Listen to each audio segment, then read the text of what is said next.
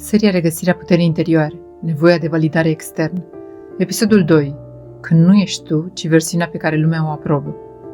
Există un moment în viața fiecărui om sensibil în care se trezește și realizează: toată viața mea a fost o reacție la lume, nu expresia mea.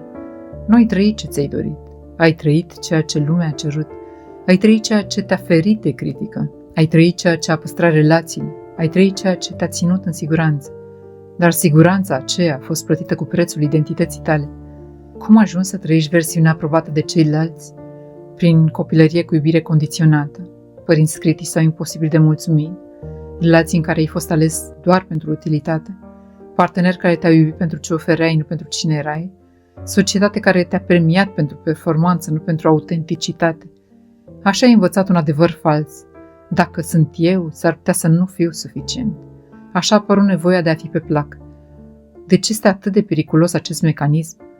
Pentru că în timp îți pierzi vocea reală, nu mai știi ce simți, nu mai știi ce vrei, îți sabotezi nevoile, își cenzurezi dorințele, îți minimalizezi limitele, devii oglinda tuturor, rămâi gol pe interior. Nu devii cine ești, devii cine nu dezamăgește. Versiunile pe care le creezi ca să fii iubit. În funcție de rană ai devenit cel responsabil ca să fii apreciat, cel puternic ca să nu fii abandonat, cel cu minte ca să nu suferi, cel disponibil mereu ca să fii ales, cel perfect ca să nu fii criticat, cel înțelept, matur ca să fii respectat, cel fără nevoi ca să nu fii considerat greu. Dar fiecare rol vine cu un cost.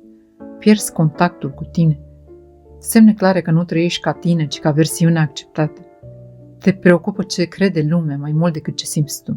Spui da când vrei să spui nu. Te justifici pentru orice, ceri permisiunea de a exista, taci ca să nu creezi conflicte. Eviți să dezamăgești, îți reprimi dorințele, îți pierzi curajul de a avea opinii. Ai identitate fluidă în funcție de persoana din fața ta. Nu ești fals, ești speriat. De ce continui să joci aceste roluri chiar și când te dor? Pentru că este mai dureros să riști să fii respins ca tine decât să fii acceptat pentru altcineva. Pentru că mintea a învățat: dacă sunt eu, ceva rău se întâmplă. Și acest lucru nu e niciodată despre prezent, este despre trecut. Adevărul pe care îl uiți. Oamenii potriviți nu te cer altfel.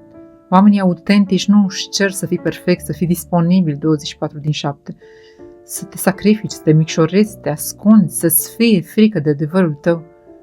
Ei își cer doar să fii, nu versiunea corectă, nu versiunea bună, nu versiunea de folos, versiunea reală. Reconstrucția identității începe cu o singură întrebare: dacă nimeni nu m-ar judeca și nimeni nu m-ar părăsi, cine aș fi? Aceasta este cheia care deschide ușa înapoi spre tine, nu spre versiunea aprobată, ci spre versiunea autentică.